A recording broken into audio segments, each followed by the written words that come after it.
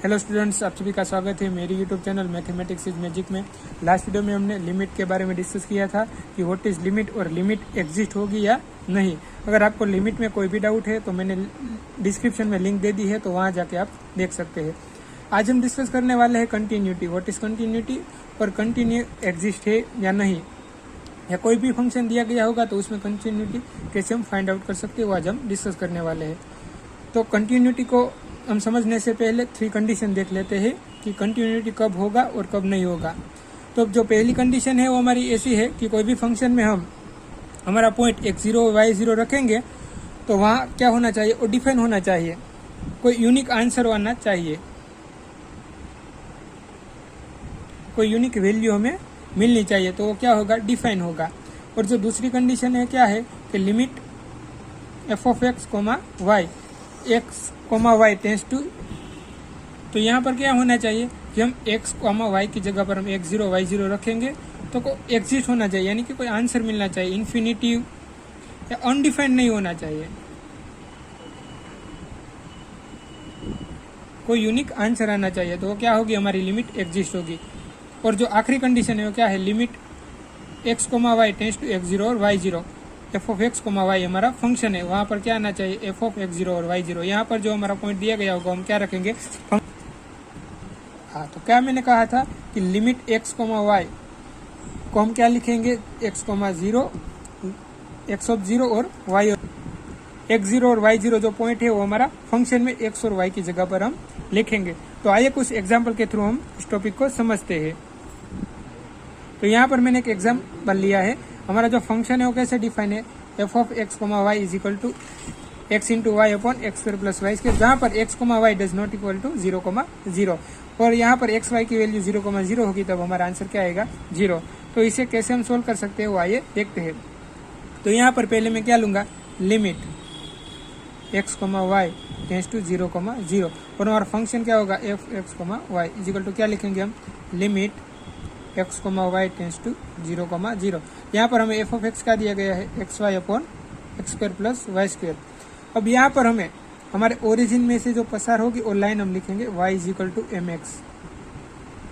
आप यहाँ पर y is equal to x square भी लिख सकते हैं, दोनों में से कोई भी लिख सकते हैं। तो यहाँ पर हम क्या लिखेंगे, अब y की जगह पर mx लिखेंगे, तो यहाँ पर क्या हम लिखेंगे, y is equal to mx।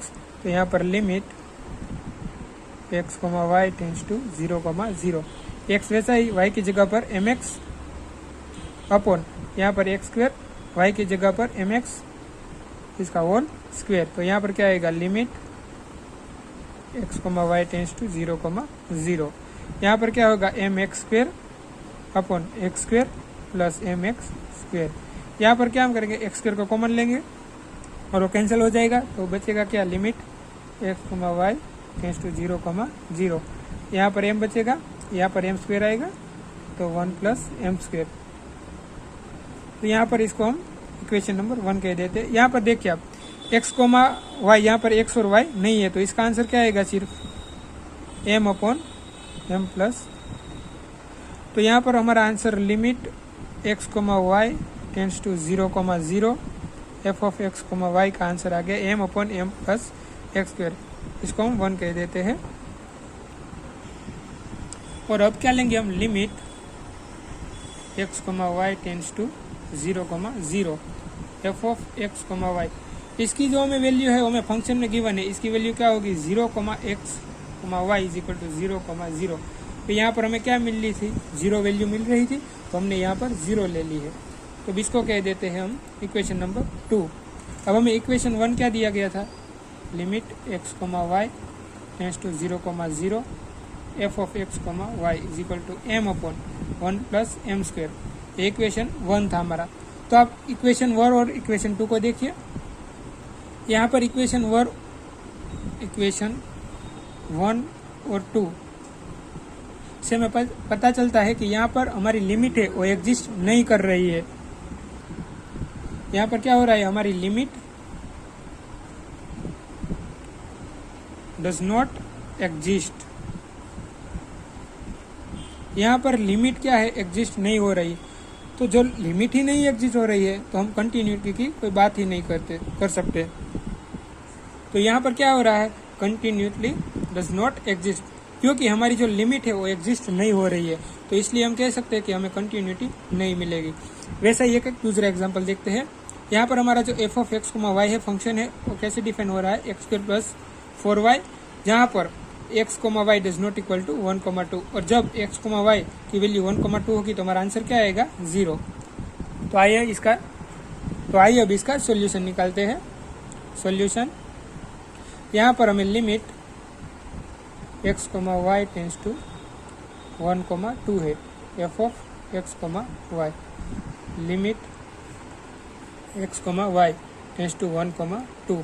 यहाँ पर हमारा फंक्शन पहले हम ये लेंगे एक्स स्क्वायर प्लस 4y, तो यहाँ पर क्या होगा, limit x y tends to 1,2। यहाँ पर हम इसकी वैल्यू रखेंगे, तो यहाँ पहले मैं लिख देता हूँ। यहाँ पर x की जगह पर हम क्या रखेंगे, 1, और y की जगह पर 2, तो यहाँ पर क्या होगा, x की जगह पर 1 प्लस 4, y की जगह पर 2, तो इसका आंसर क्या आएगा, 9। अब हम निकालते हैं limit x y tends to 1,2 f of, तो यहाँ पर क्या होगा, limit x y tends to 1,2 f of x y. यहाँ पर हमें जब 1,2 होगा तो इसका आंसर क्या दिया गया है, 0। तो यहाँ पर देखिए, पहले इसको 1 कह देते, इसको 2, तो यहाँ पर जो हमारी limit x y tends to 1,2 f of x is equal to limit x y tends to 1,2, यहाँ पर क्या थी, एक्स स्क्वायर प्लस 4y, ये दोनों नॉट इक्वल टू आ रही है, यानी कि लिमिट एग्जिस्ट नहीं हो रही है। यहाँ पर क्या हो रहा है, लिमिट डज नॉट एग्जिस्ट। यहाँ पर हमें लिमिट यूनिक मिलनी चाहिए, और यहाँ पर हमें 9 और 0 दोनों मिल रही है, यानी कि हमारी जो लिमिट है वो यूनिक नहीं है। तो हमारी लिमिट ही यूनिक नहीं है तो हम कंटिन्यूटी की बात ही नहीं कर सकते, तो कंटिन्यूटी